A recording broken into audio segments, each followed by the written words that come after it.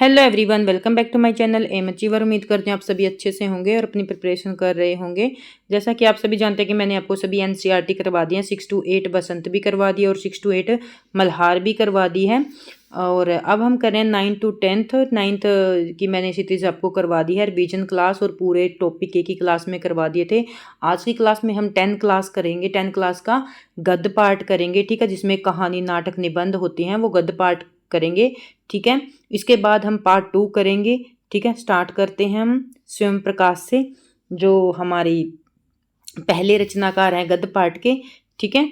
तो स्वयं प्रकाश, और ये आपके लिए रिवीजन क्लास होगी। आप इस क्लास को देखकर बहुत जल्दी रिवीजन कर पाएंगे। जैसे एग्जाम नियर है तो आप सभी इस क्लास के अंदर लेखक की सभी रचनाएं, उनका जो लेखक है उसका जीवन परिचय, और जो उसने चैप्टर लिखा है, जो उनका लेखन कार्य, व्यंग लिखा है, निबंध लिखा है, उसके बारे में अच्छे से जान पाओगे, ठीक है। तो सबसे पहले हम करेंगे स्वयं प्रकाश व्यक्तित्व और उनकी कृति के बारे में पढ़ लीजिए, ठीक है। तो लेखक परिचय। स्वयं प्रकाश हिंदी साहित्य के समकालीन कहानी के एक अत्यंत महत्वपूर्ण हस्ताक्षर हैं। उनका जन्म 1947 में इंदौर के मध्य प्रदेश में हुआ। उन्होंने मैकेनिकल इंजीनियरिंग की पढ़ाई और प्रौद्योगिक प्रतिष्ठान में काम किया। उनका बचपन और नौकरी एक बड़ा हिस्सा राजस्थान में बीता। वर्तमान में स्वैच्छिक सेवानिवृत्ति लेने के बाद वो भोपाल में निवास कर रहे हैं और वसुधा पत्रिका के संपादक है। सच कहूँ तो इसमें वसुधा पत्रिका के संपादक ही मोस्ट इंपोर्टेंट है, क्योंकि मैं आपको बार बार कहती हूँ एग्जाम में क्या पूछा जाता है, गद्य की विधा पूछी जाती है और विषय जो चैप्टर है उसके अंदर से क्वेश्चन पूछे जाते हैं। इसलिए मैं आपको बार बार कहूँगी 9 to 10 की जो एनसीईआरटी है, इसको आपको हर एक चैप्टर को अच्छे से पढ़ना है, क्योंकि चैप्टर के अंदर से आपको लाइन या पंक्तियां दी जाती हैं, फिर पूछ लिया जाता है कि ये किस पाठ और किस लेखक की रचना है, ठीक है। तो कभी भी जो उनका जन्म है एचटेट वगैरह में जन्म और शिक्षा से क्वेश्चन नहीं आता, ठीक है। अब जो साहित्यिक विशेषताएं हैं ये देख लीजिए। स्वयं प्रकाश मध्यवर्गीय जीवन के कुसेरे चितेरे माने जाते हैं। कुशल उनकी कहानियों में सामाजिक चेतना, वर्ग शोषण के विरुद्ध स्वर और किस्सा गोई की विशिष्ट शैली प्रमुख है। प्रमुख रचनाएं कौन कौन सी हैं ये देख लीजिए, जो स्वयं प्रकाश हैं, और एग्जाम के अंदर इनकी रचनाएं अच्छे से पूछी जाती हैं। चाहे आप डी ट्रिपल एस भी दीजिए, वहां पर भी इनकी रचनाएं पूछी जाती हैं, ठीक है। आरसी भी दीजिए, ठीक है, वहां पर भी इनकी रचनाएं पूछी जाती हैं। तो कहानी संग्रह देख लीजिए इनके कौन कौन से। सूरज कब निकलेगा, आएंगे अच्छे दिन भी, आदम जात का आदमी संधान, ठीक है। जो इनके उपन्यास कौन कौन से, विनय और ईंधन। विनय नहीं है ये, बीच में विनय है, ठीक है, बीच में विनय। इसका पूरा नाम क्या है, बीच में विनय, ठीक है। और आपको इनकी हर एक रचना याद होनी चाहिए, ठीक है। मैंने आपको जब एनसीईआरटी का चैप्टर करवाया तो ट्रिक भी बताई थी। तो देखो, कोई भी आदमी है, कोई भी आदमी जात का आदमी है, मतलब चाहे हम खुद को लगा लें, तो हम क्या करते हैं कि कब हमारे अच्छे दिन आएंगे, कब सूरज निकलेगा, ठीक है। तो सूरज निकलने से समझ लीजिए कि अच्छे दिनों की उम्मीद करना, ठीक है। तो हर एक आदमी क्या सोचता है, ठीक है, संधान का समझ लेना, समस्या समाधान में रहता है। इसी समाधान, संधान और समाधान, ठीक है, इक्वल लग रहे हैं, दोनों सिमिलर लग रहे हैं। तो आप सोच लेना, आदम जात का आदमी हमेशा यही समाधान में रहता है कि कब आएंगे सूरज, अच्छे दिन कब आएंगे और कब हमारी जिंदगी में भी सूरज निकलेगा, उजाला निकलेगा, ठीक है। सिर्फ ये आपको कोरिलेट करने के लिए मैंने बताया ताकि आपको याद रहे, ठीक है। तो बीच में विनय है और ईंधन है, ये इसके उपन्यास है, ठीक है। तो नेताजी का चश्मा इन्होंने क्या पर है, यहाँ पर गद्य की विधा है।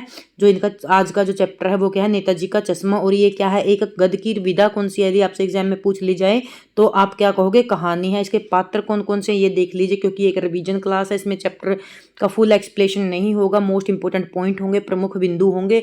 यदि आपका एग्जाम, फॉर एग्जाम्पल यदि आपका एग्जाम कल है तो आप एक रात में पूरी एनसीईआरटी पढ़ सकते हो मेरे चैनल पे, क्योंकि मैंने सभी क्लासेस की 1-1 घंटे की मैराथन रखी है। आप 6-7 घंटे में ईजिली आपकी एनसीईआरटी को कंप्लीट कर सकते हो और आपकी अच्छी रिवीजन हो जाएगी, ठीक है। तो अब इस चैप्टर के अच्छे से मुख्य पात्र देखिए, विशेषताएं देखिए, ठीक है।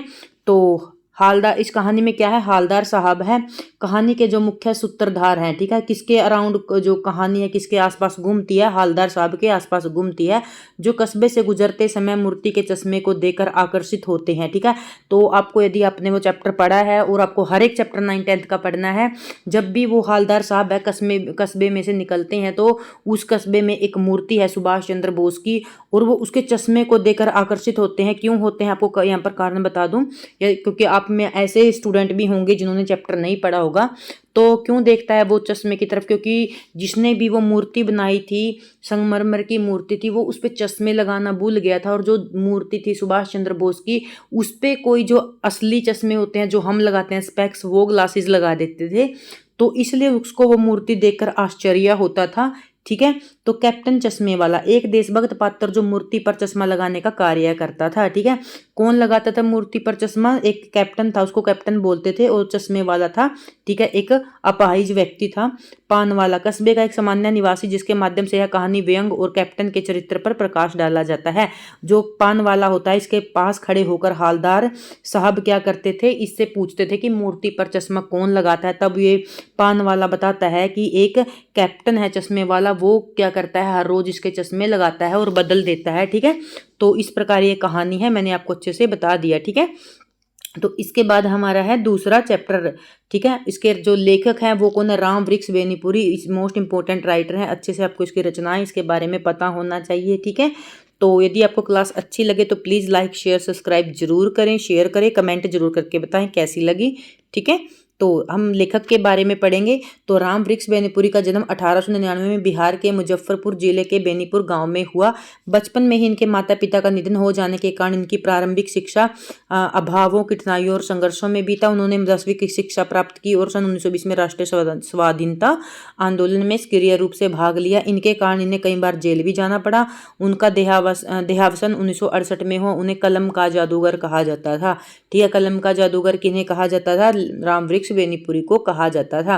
ठीक है, पूछ सकते हैं क्योंकि सारा का सारा जो ये मटेरियल है एनसीईआरटी बुक से लिया गया है।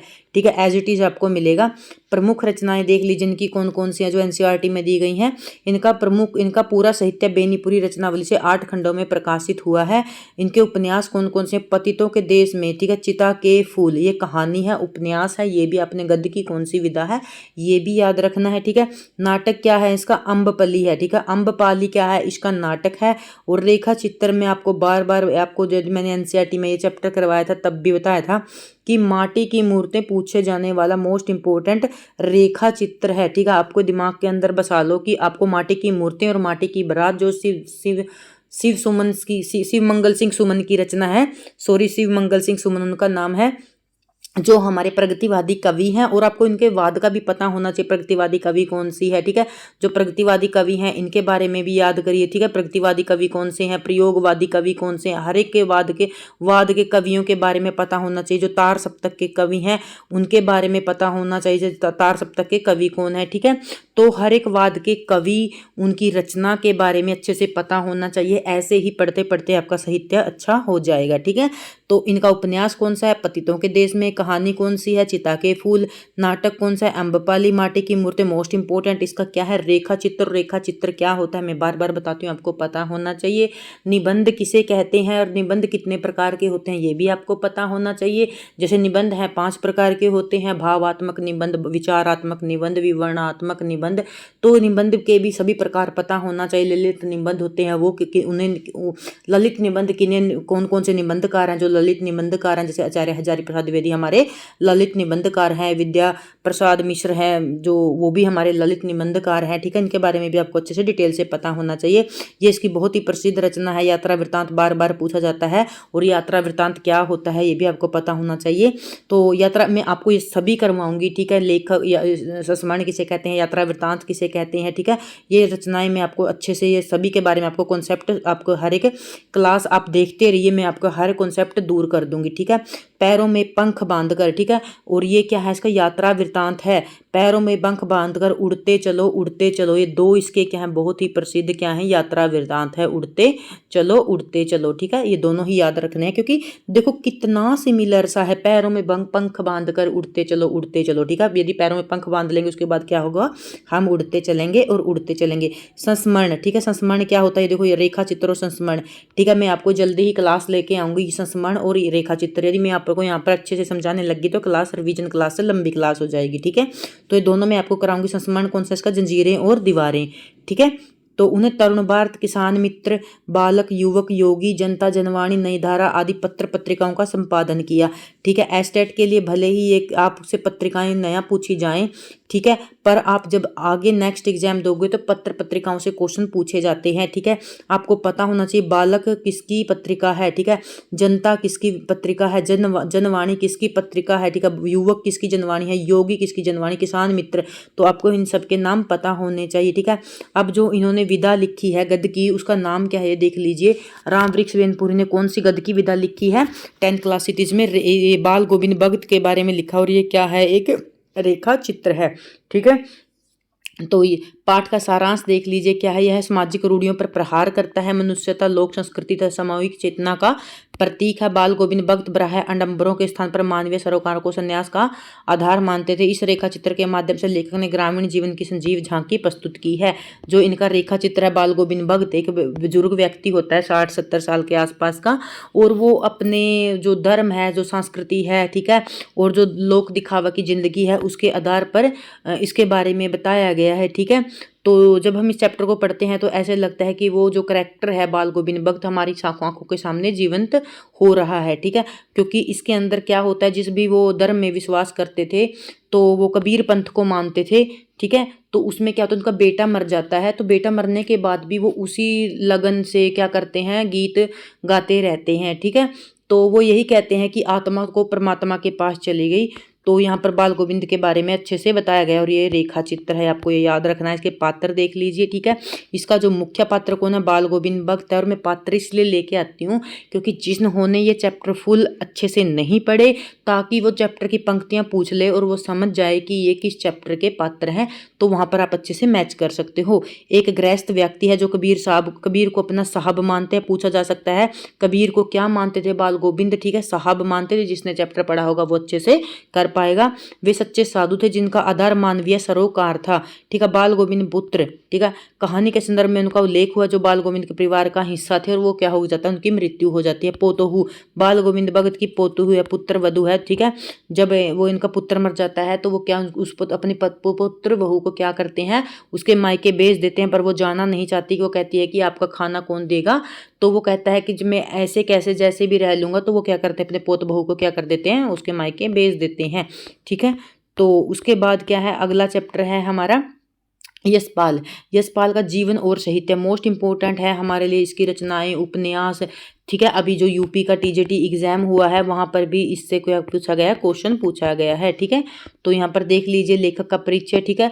यशपाल का जन्म 1903 में पंजाब के फिरोजपुर छावनी में हुआ था। उनकी प्रारंभिक शिक्षा कांगड़ा में ग्रहण करने के बाद लाहौर के नेशनल कॉलेज में बीए में हुई है। यदि आपको देखो, ये तो आपको पता ही होगा कि इनकी जो शिक्षा है कांगड़ा में हुई है। कांगड़ा कहाँ है, हिमाचल में है।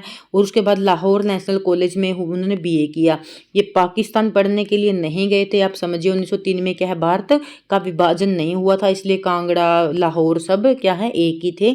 तो उनका परिचय क्या है, उनका परिचय भगत सिंह और सुखदेव से हुआ था। स्वाधीनता संग्राम में क्रांतिकारी धारा से जुड़ाव के कारण जेल भी गए। उनकी मृत्यु 1976 में हुई थी, ठीक है। तो आप इनकी साहित्यिक विशेषताओं के बारे में पढ़ लेते हैं। यशपाल यथार्थवादी शैली के विशिष्ट रचनाकार। उनकी रचनाओं में आम आदमी के सरोकार, सामाजिक और विषमता और राजनीतिक पाखंड और रूढ़ियों के खिलाफ तीखा स्वर है, ठीक है। प्रमुख रचनाएं इनकी देख लीजिए, ठीक है।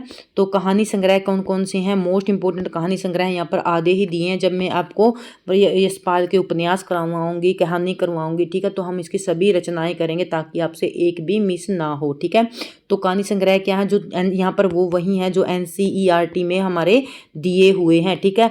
जब हम उपन्यास करेंगे, कहानी करेंगे, तो अब वहाँ पर इनके सभी रचनाएं को अच्छे से करेंगे, ठीक है। कहानी संग्रह देख लीजिए, ज्ञान का दान, तर्क का तूफान, ठीक है, पिंजरे की उड़ान, वो दुनिया, और NCERT में वो दुलिया दिया हुआ, वो बाय मिस्टेक प्रिंट है।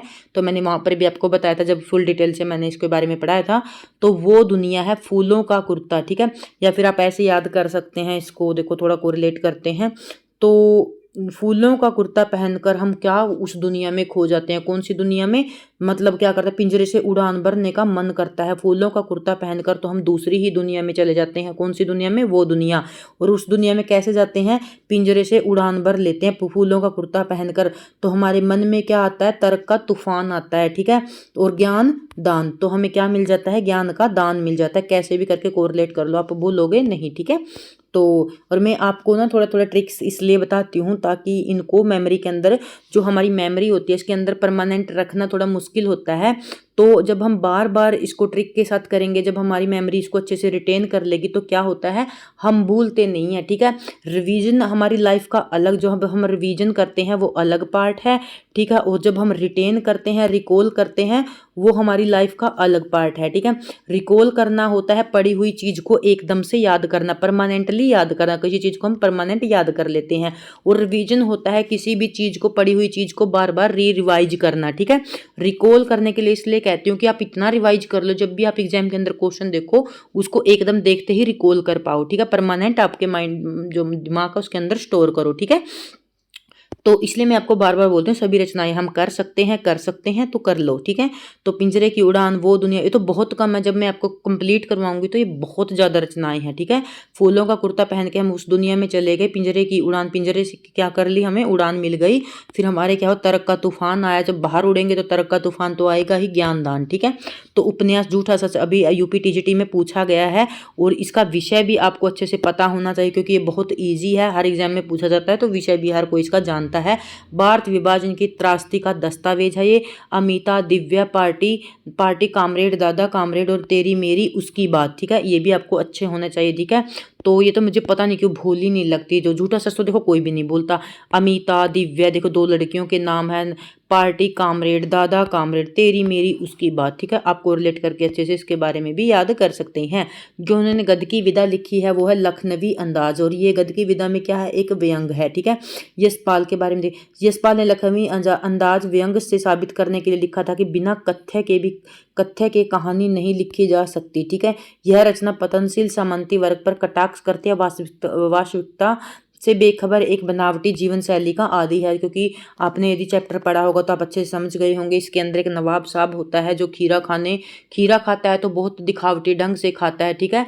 तो उसी के ऊपर व्यंग किया गया है, ठीक है। उसकी जो दिखावटीपन है जिंदगी का, उसी के ऊपर यहाँ पर कवि ने क्या किया है, व्यंग किया है। यहाँ पर क्या है, पात्र देख लीजिए, इसके अंदर नवाब साहब, यदि आप जब एग्जाम दो नवाब साहब के बारे में, खीरा खाने की क्रिया के बारे में तो प्रतिक्रिया थी, उसके बारे में आपको कहीं भी लिखा मिले तो आप समझ लेना यशपाल का लखनवी अंदाज पाठ से लिया गया है, ठीक है।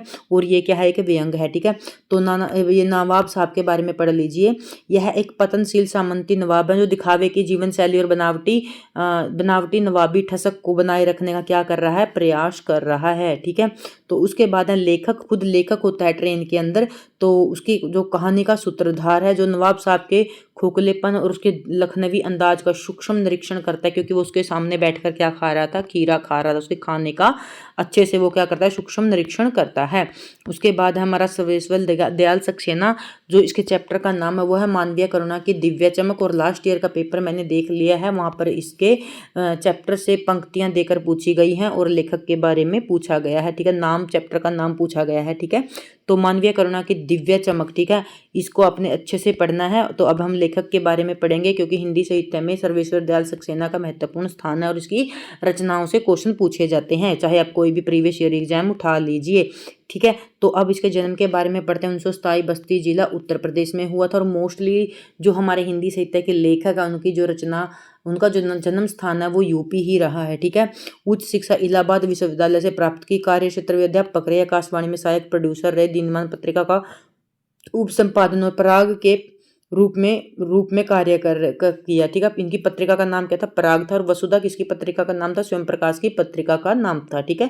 तो आप ऐसे याद किया करो, ठीक है। 1993 में इनका क्या हो गया था, निधन हो गया था। साहित्यिक विशेषताएं देख लीजिए। सर्वेश्वर जी बहुमुखी प्रतिभा के धनी थे। वे कवि, कहानीकार, उपन्यासकार, निबंधकार और नाटककार थे। वह मध्यवर्गीय आकांक्षाओं के लेखक के रूप में पहचाना जाता था। उनका साहित्य में मध्यवर्गीय जीवन, सपने, संघर्ष, शोषण, हताशा, कुंठा का चित्रण है। वे बेबाक, स्तंभकार और दिनमान और चर्चे और चरखे नाम से स्तंभ लिखते थे, ठीक है। वो क्या करते थे, एक बेबाक स्तंभकार थे जो दिनमान में चर्चे और चरखे नाम से क्या लिखते थे, स्तंभ लिखते थे। एक पत्रिका के अंदर क्या लिखते थे, वो स्तंभ लिखते थे, ठीक है। अब इनकी जो प्रमुख रचनाएं हैं मैं आपको इनको ट्रिक के साथ 2-3 बार करवा चुकी हूँ, ठीक है। तो उम्मीद करती हूँ आपको अच्छे से याद हो गई होंगी, ठीक है। तो इनकी जो रचनाएं देख लीजिए, कविता संग्रह के नाम देख लीजिए, काठ की गठियाँ, कुआनो नदी, जंगल का दर्द और खूंटियों पर टंगे लोग। ठीक है, मोस्ट इंपॉर्टेंट एग्जाम के अंदर रिपीटली ये आता है और जिस पे स्टार लगाते हो तो सोच लेना ये मोस्ट इंपॉर्टेंट होता है। ठीक है, तो मैंने आपको ऐसे याद करवाया था। ठीक है, तो एक कुआनो नदी है, ठीक है, उसके अंदर एक सोनी नाव है, यहाँ पर उन्होंने नहीं दिया तो क्या है उसके अंदर, क्या है, एक सोनी नाव है। ठीक है, एक कुआनो नदी है, उसके अंदर क्या है, सोनी नाव है, और उस नाव में क्या है, काठ की घंटियां लगी हुई हैं, और उसके नदी के ऊपर क्या है, बांस का पुल है। ठीक है, बांस का पुल। ठीक है, यहाँ पर वो उन्होंने नहीं दिया तो मैं यहाँ पर लिख देती हूँ बांस का। ठीक है, बांस का क्या है, बांस का पुल। ठीक है, तो आप समझ गए होंगे, काठ की गठियाँ, कुआनो नदी। कुआनो नदी में क्या है, एक सोनी नाव है, और उस नाव जो नदी है जो कुआनो नदी है उसके अंदर सोनी नाव है, और नाव पर क्या लगी हुई है, काठ की गठियाँ लगी हुई हैं, घंटियाँ, और बांस का पुल है। नदी के ऊपर क्या होता है, पुल होता है, वो पुल किसका बनाया हुआ है, बांस का बनाया हुआ है। जंगल का दर्द। ठीक है, जंगल में से क्या निकल रही है, नदी निकल रही है। सोच लो कुआनो नदी कहाँ से निकल रही है, जंगल में से। ठीक है, और जंगल का दर्द कौन समझ सकता है, नदी समझ सकती है, क्योंकि वो नदी जंगल से निकल रही है। खूंटियों पर टंगे लोग, ये आप अच्छे से समझ जाओगे, याद कर लेना, मोस्ट इंपोर्टेंट रचना है इनकी। ठीक है, तो उपन्यास भी इसके बहुत अच्छे हैं और यूनिक से हैं। ठीक है, सब रचनाकारों से अलग उपन्यास है इनके।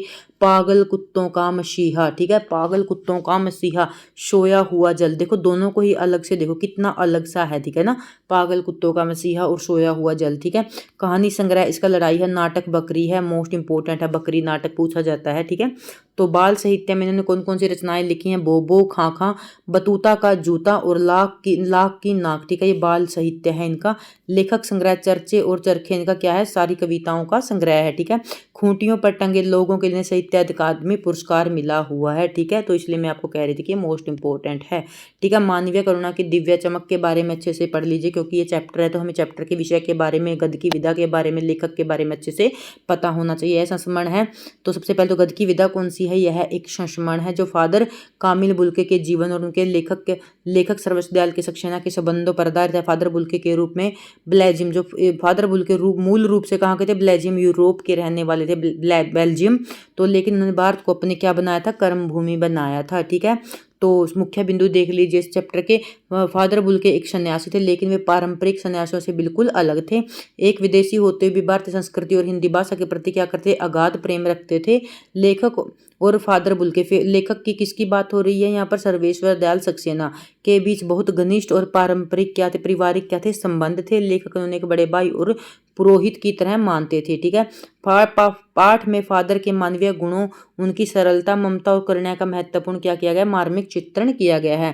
लेखक का मानना है कि जब राम कथा जीवित है तब तक फादर काबिल बुल्के और उनके हिंदी प्रेम के लिए याद किया जाएगा, क्योंकि वो दूसरे कंट्री से होते हुए भी क्या करते थे, हिंदी से प्रेम करते थे। यह पाठ संस्मरण गद्य की विधा है, और संस्मरण का अर्थ स्मृतियों के, देखो यहाँ पर मैं आपको बताती हूँ संस्मरण का अर्थ क्या होता है। संस्मरण का अर्थ स्मृतियों के आधार पर लिखा गया साहित्य। इसमें लेखक अपने अतीत के अनुभवों और व्यक्तित्व को याद करते हुए उसके जीवन पर गहरा प्रभाव छोड़ता है। उम्मीद करती हूँ आप बार बार मैं आपको बताती हूँ समझ गए होंगे। जब भी हम कोई रचना अपनी अतीत की बीती हुई स्मृतियों के आधार पर लिखते हैं, ठीक है, और अपने बीते हुए अनुभवों के आधार पर लिखते हैं तो उसे क्या बोलते हैं, संस्मरण कहते हैं। अगला पाठ है हमारा एक कहानी, यह भी, ठीक है, गद्य की विधा कौन सी, आत्मकथ्य है, मोस्ट इंपोर्टेंट है। ठीक है, तो गद्य विधा के अंतर्गत आता है लेखक ने इसने अपने जीवन की उन घटनाओं और व्यक्तित्वों का विवरण दिया जो लेखकीय व्यक्तिगत निर्माण में सहायक हैं। ठीक है, तो ये किसका सारांश देख लीजिए, जो ये इसकी लेखिका कौन है, मन्नू भंडारी है। ठीक है, पाठ का चैप्टर के बारे में पढ़ लीजिए। यह पाठ मन्नू भंडारी के किशोर जीवन, परिवार और उनकी परिस्थितियों का वर्णन किया गया। उन्होंने एक साधारण लड़की से असाधारण लेखिका की राह दिखाई है।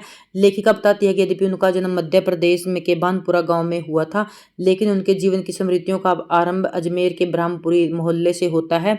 वे अपने पिता के व्यक्तित्व के विरोधाभासों, उनकी कोमलता, विद्वता और दूसरी ओर उनके क्रोध और अहंकार का चित्रण करती है। आर्थिक तंगी के कारण पिता के व्यवहार में आए नकारात्मक बदलाव के बारे में बताती है। उनका परिवार, विशेषकर मां पर पड़ने वाले प्रभाव को मार्मिक वर्ण यहाँ पर मिलता है। साथ ही 1946 की आज़ादी की लहर, उसमें लेखिका के सक्रिय भागीदारी का सुंदर चित्रण किया गया है। उम्मीद करती हूँ आप एक बार और ध्यान से देख लीजिए, आपको पूरा इस पाठ का विषय के बारे में आपका कॉन्सेप्ट क्लियर हो जाएगा। ठीक है, लेखिका का परिचय देख लीजिए मन्नू भंडारी के बारे में, क्योंकि मन्नू भंडारी से आप अच्छे से जानते हैं कि क्वेश्चन पूछे जाते हैं। मन्नू भंडारी समकालीन हिंदी के क्षेत्र में एक अत्यंत महत्वपूर्ण प्रतिष्ठित जो क्या है, कवयित्री है। इनका जन्म कब हुआ था, 1931 में बानपुरा मध्य प्रदेश में हुआ था। मैंने कहा था सबका यूपी में हुआ है, पर याद कर लेना कि जो लेखिका है मन्नू भंडारी, इनका एमपी में हुआ है, मध्य प्रदेश में। इंटर तक की शिक्षा अजमेर में और एमए की पढ़ाई की थी, ठीक है। हिंदी से क्या किया था, एमए में पढ़ाई। कैरियर क्या, दिल्ली के मिरांडा हाउस कॉलेज में अध्यापन का कार्य किया। प्रमुख रचनाएं मैं आपको बार बार कहती हूँ कि कुछ भी छोड़ देना, रचनाएं मत छोड़ना, ठीक है। तो इनकी प्रमुख रचनाएं देख लिए। एक प्लेट सैलाब, ठीक है, एक प्लेट सैलाब मैं हार गई। सोच लो कौन कह रही है, मन्नू भंडारी कह रही है कि एक प्लेट सैलाब में हार गई। उस सैलाब के सामने क्या हो गया, मैं हार गई, यही सच है, ठीक है। मैंने तो ऐसे ही याद किया था कि मन्नू भंडारी क्या कह रही है कि मेरी जिंदगी में एक प्लेट सैलाब आया और मैं उसके सामने हार गई, यही सच है कि मैं उनके सामने हार गई। त्रिशंकु, ठीक है। और आपका बंटी, उसका बहुत ही फेमस जो उपन्यास है, और महाभोज और आपका बंटी। जो आपका बंटी है वो माता पिता के तलाक के ऊपर आधारित बंटी के जीवन के बारे में बताया गया कि उसके माता पिता के तलाक के बाद उसकी जो जिंदगी है वो कैसी हो जाती है। विशेष उपलब्धि, उन्होंने फिल्म और टेलीविजन के लिए अनेक पटकथाएं लिखी। उन्हें हिंदी अकादमी शिखर सम्मान सहित कई प्रतिष्ठित पुरस्कारों को सम्मानित किया गया। लेखन शैली, मन्नू भंडारी की रचनाओं में भाषा और शिल्प की सादगी, प्रामाणिक अनुभव और स्त्री मन से जुड़ी संवेदनाओं का सशक्त व्यक्तित्व मिलता है, ठीक है। मुख्य पात्र कौन कौन से हैं इसमें, यह देख लीजिए। तो मन्नू भंडारी की एक जिज्ञासु और संघर्षशील युवा लड़की थी, आजादी के आंदोलन के लिए सक्रिय भागीदारी निभाई और मुख्य प्रख्यात लेखिका बनी। पिता क्या थे इसके, अत्यंत कोमल और संवेदनशील होने के साथ साथ अत्यंत क्रोधी स्वभाव और अहंकारी व्यक्ति थे। आर्थिक परेशानियों ने उनके व्यक्तित्व को कटुता भर दी थी। एक विद्वान थे, उन्होंने स्वयं को अंग्रेजी हिंदी शब्दकोश तैयार किया था, ठीक है। माँ क्या थी, एक अत्यंत सहनशील व्यक्ति, तब विहीन दबी हुई महिला जो दिन भर बच्चों की इच्छाओं और पति की आज्ञाओं के पालन में लगी रहती थी। इनकी माँ के बारे में बताया गया मन्नू भंडारी के। शीला अग्रवाल ये कौन थी, एक बार एग्जाम के अंदर ये पूछा हुआ था, ठीक है।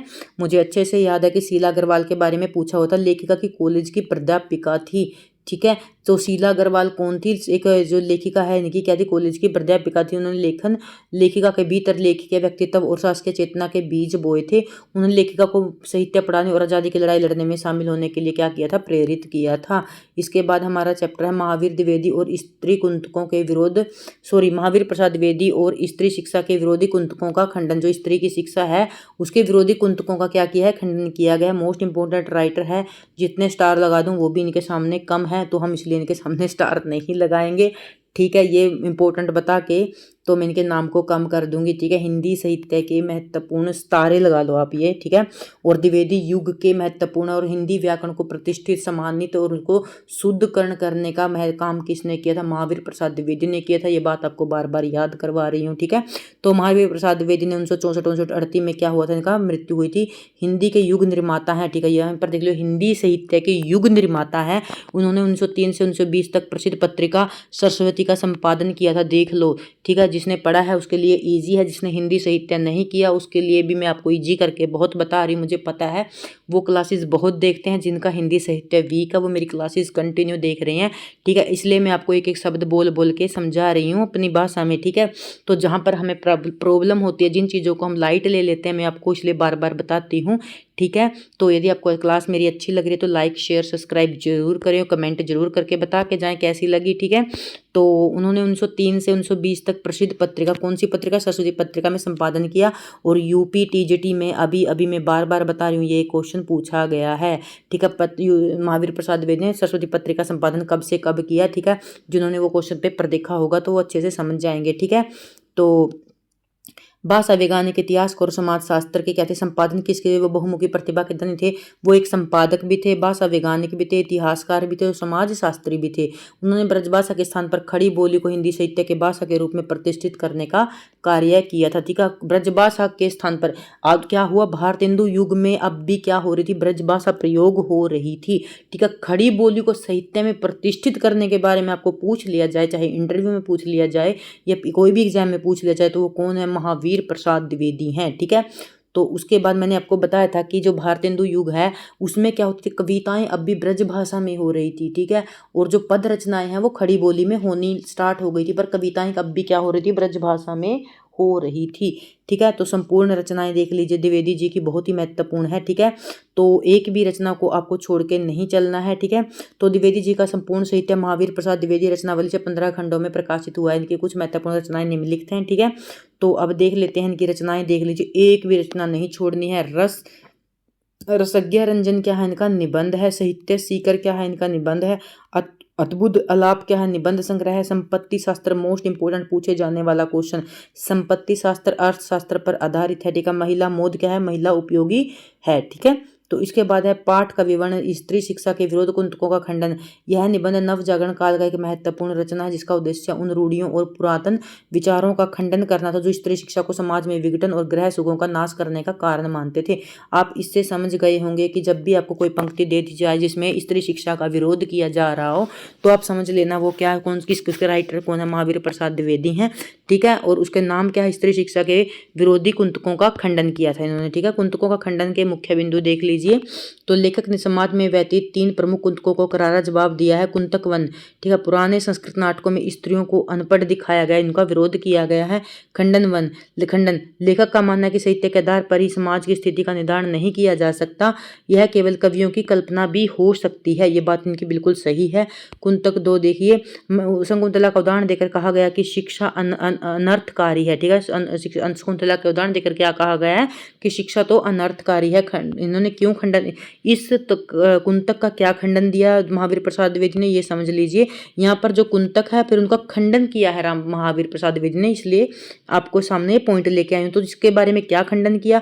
लेखक तर्क देते हैं कि शकुंतला का श्लोक लिखना यह सिद्ध करता है कि उस समय भी स्त्रियां क्या थी? शिक्षित थी। अनर्थ शिक्षा के कारण नहीं बल्कि दुष्यंत के व्यवहार के कारण हुआ। जो शकुंतला और दुष्यंत का प्रेम कहानी है कि जो उसमें अंदर अनर्थ हुआ था वो उसकी शिक्षा के कारण नहीं हुआ था, दुष्यंत के क्या हुआ था? व्यवहार के कारण हुआ था। कुंतक 3 है इस चैप्टर के अंदर, वो देख लीजिए। अब अनपढ़ों की भाषा में ज्ञान प्राप्त करना बर्बादी है, ठीक है। तो खंडन देख लीजिए क्या दिया यहाँ पर महावीर प्रसाद द्विवेदी ने।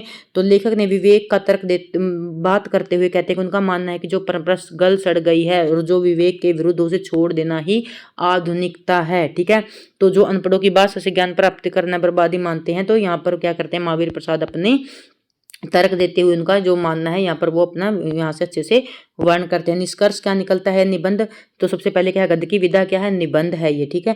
यह और निबंध क्या होता है और कितने प्रकार के निबंध होते हैं, यदि आपने आज तक नहीं पढ़ा तो अपनी बुक उठाइए, उसके अंदर सर्च करिए, पढ़िए। आपको हर एक पॉइंट निबंध के बारे में पता होना चाहिए। उपन्यास और उपन्यास का उद्भव और विकास पता होना चाहिए। पहला उपन्यास कौन सा है, मौलिक उपन्यास कौन से हैं, अनुदित उपन्यास कौन से हैं, ये भी पता होना चाहिए। कहानी का उद्भव और विकास पढ़िए, ठीक है। निबंध का उद्भव और विकास पढ़िए, निबंधों के प्रकार पढ़िए, ठीक है।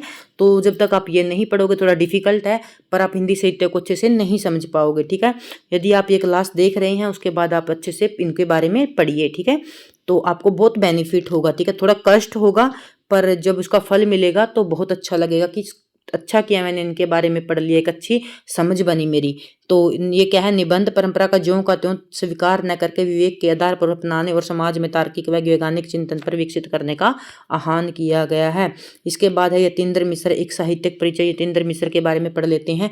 यतीन्द्र मिश्र हिंदी साहित्य के प्रखर और संवेदनशील रचनाकार। उनका जन्म अयोध्या में 1977 में हुआ और उत्तर प्रदेश में उन्होंने लखनऊ विश्वविद्यालय में हिंदी एमए में क्या की? शिक्षा प्राप्त की। इनकी साहित्यिक योगदान के बारे में देख लेते हैं। काव्य संग्रह यदा कदा अयोध्या में जन्म हुआ है, तो अयोध्या व अन्य कविताएं, ड्योढ़ी पर आलाप इनका पूछे जाने वाली रचना है, ठीक है। तो यदा कदा और ड्योढ़ी पर आलाप किसने किया? तो आप करोगे यतीन्द्र मिश्र ने। क्या संपादन कार्य? वे साहित्य पत्रिका के संपादक थे, ठीक है। पराग पत्रिका के कौन थे? अभी अभी हमने किया है पराग पत्रिका के, याद करो हमने क्या किया? सर्वेश्वर दयाल सक्सेना क्या थे? पराग पत्रिका के क्या थे? वो थे संपादक थे, ठीक है। वसुधा के कौन थे? स्वयं प्रकाश थे, ठीक है। तो वो साहित्य पत्रिका का संपादन करते थे। उन्होंने विमला देवी फाउंडेशन के माध्यम से साहित्य और कलाओं के संरक्षण का कार्य किया। अन्य कृतियां शास्त्रीय नायिका गिरिजा देवी के जीवन पर केंद्रित पुस्तक गिरिजा, रीतिकाल के कवि दिविज देव की ग्रंथावली का सह संपादन और धाती का संपादन किया था। पुरस्कार देख लीजिए, इन्होंने भारत भूषण अग्रवाल कविता सम्मान और हेमंत स्मृति कविता और ऋतुराज सम्मान जैसे प्रतिष्ठित सम्मान पुरस्कारों से इनको सम्मानित किया गया था। अब जो इनका पाठ है उसके बारे में देख लीजिए। नौबत खाने में इबादत, ठीक है।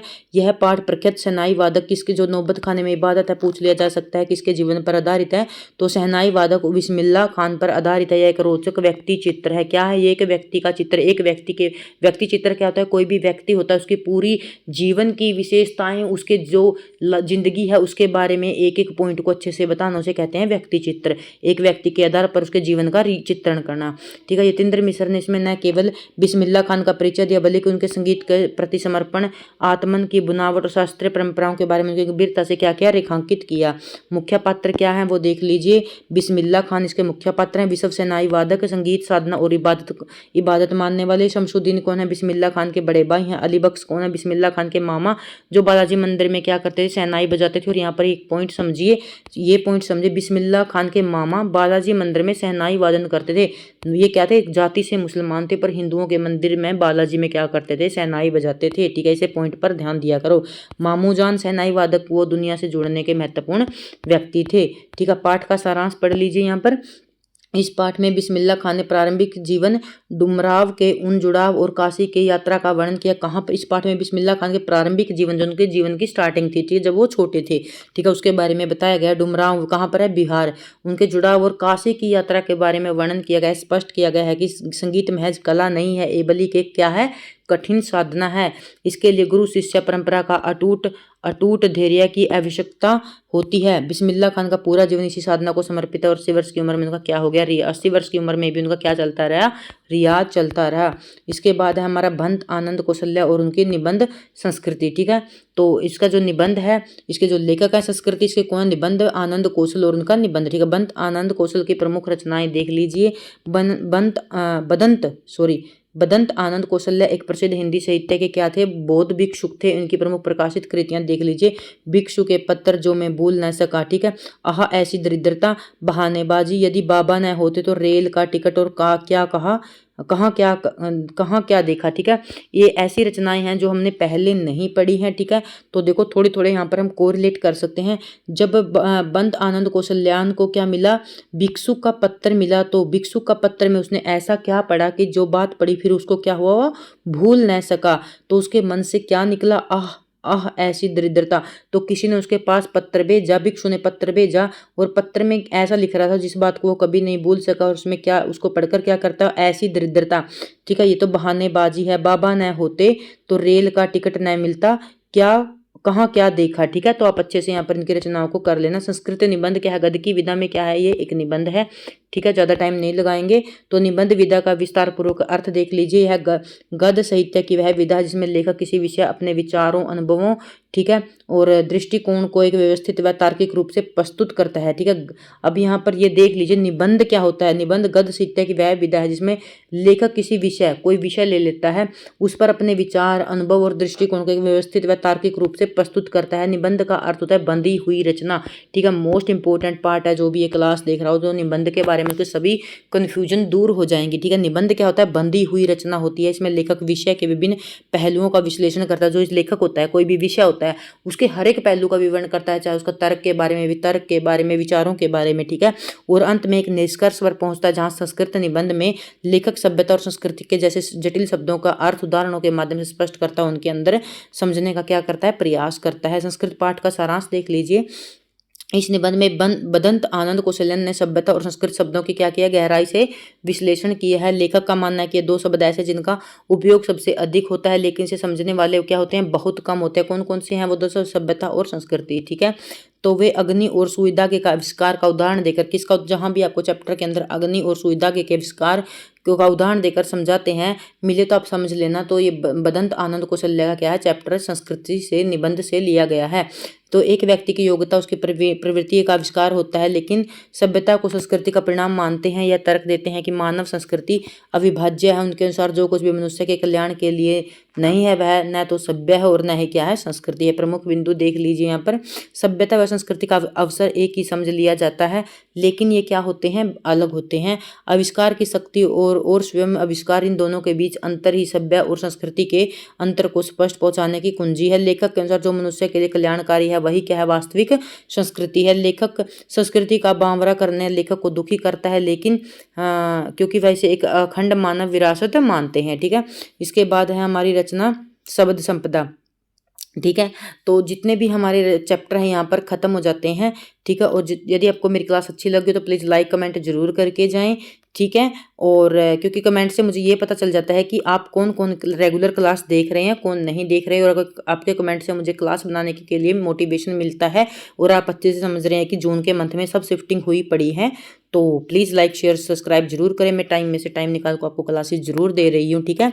तो जो भी ये हमारे चैप्टर हैं, इनके अंदर जो वर्ड आए हैं तो वो आप अच्छे से कर लो, क्योंकि जब आप असम श्रुत भिन्नार्थक शब्द करते हैं, विलोम शब्द करते हैं और पर्यायवाची शब्द करते हैं, तो यहीं से हमारे कॉन्सेप्ट क्लियर होते हैं। जैसे एक कमेंट आया था कि आपको इतने अर्थ कैसे पता होते हैं। मैं हर एक शब्द का अर्थ पढ़ती हूँ ढूंढ के कि इसका अर्थ क्या है, तो मुझे फिर पर्यायवाची में, अनेकार्थी शब्द में फिर मुझे प्रॉब्लम नहीं होती। यदि आप भी कर लोगे तो आपके आधे कॉन्सेप्ट दूर हो जाएंगे, ठीक है। तो मंजोला किसको बोलते हैं? न बहुत बड़ा और न बहुत छोटा, ठीक है। कि कमली का अर्थ होता है कंबल, ठीक है। पोतहू थी पुत्र की वधू। रोपनी हमारे यहाँ अच्छे से पता होगा कि धान की रोपाई को बोलते हैं, पर हमारे यहाँ जीरी बोल देते हैं, ठीक है। कलेवा, ठीक है। कलेवा का मीनिंग एक बार पूछा हुआ था, शायद केवीएस में पूछा था। सवेरे का जलपान, ठीक है, अलग सा वर्ड है तो याद कर लेना। पूर्वाई का होता है पूर्व की ओर से बहने वाली हवा। अदरतिया होती है आधी रात। खंजड़ी होती है डफली के एक प्रकार का परंतु आकार में उससे अलग, ठीक है। खजड़ी क्या होती है? डफली के डंग का परंतु आकार में उससे अलग होती है, अलग सा वर्ड है, देख लीजिए। और निस्तब्ध का अर्थ होता है सन्नाटा, ठीक है। लोही का अर्थ होता है प्रातःकाल की लालिमा। कुहासा होता है कोहरा। आवृत होता है ढका हुआ, आच्छादित होता है, ठीक है। कुश, ठीक है। तो यहाँ पर एक देखोगे, मैंने आपको जब पर्यायवाची करवाए थे तो वहां पर जो घास होती है ना, घास, ठीक है, उसका पर्यायवाची मैंने आपको करवाया था। क्या होता है? दूब होता है, कास होता है, ठीक है, और कुश होता है, ठीक है। तो मैंने आपको अच्छे से करवाया था। एक प्रकार की नुकीली घास होती है। कुश क्या होती है? एक प्रकार की नुकीली घास होती है। दूब होती है, ठीक है। कुशा होती है। तो मैंने आपको बहुत अच्छे से पर्यायवाची करवाए थे। तो इसी प्रकार हमारे कॉन्सेप्ट दूर होते हैं। यदि आप यहाँ तक क्लास देख रहे हैं तो प्लीज़ कमेंट करके जरूर बताएं, ठीक है, कि आपने पर्यायवाची की क्लास तक आपने क्लास देखी है, ठीक है। संबल का अर्थ होता है सहारा, ठीक है। तो मुफस्सिल, ठीक है। मुहस्सिल का अर्थ होता है केंद्र स्थल, नगर के इर्द गिर्द के स्थान को बोलते हैं, ठीक है। थोड़ा डिफिकल्ट सा वर्ड है ये, मुझे उर्दू वर्ड लग रहा है। तो सफ़ेद पोश, ठीक है। और ना एक बात और आप देखा करो, ये देखा करो कि इसके अंदर जो मुफसिल है तो एफ फ के नीचे बिंदु लगा हुआ है, तो क्या है? ये अरबी फारसी शब्द है, ठीक है। सफ़ेद पोश, देखो फ के नीचे बिंदु लगा है, तो ये क्या है? अपनी भाषा का शब्द नहीं है, अरबी फारसी भाषा का शब्द है। तो सफ़ेद क्या था? भद्र व्यक्ति। किफ़ायत, मितव्ययी समझदारी से उपयोग करना, ठीक है। तो ये शब्द जिसके अंदर बिंदी लगे क्या? अरबी फारसी शब्द होते हैं, ठीक है।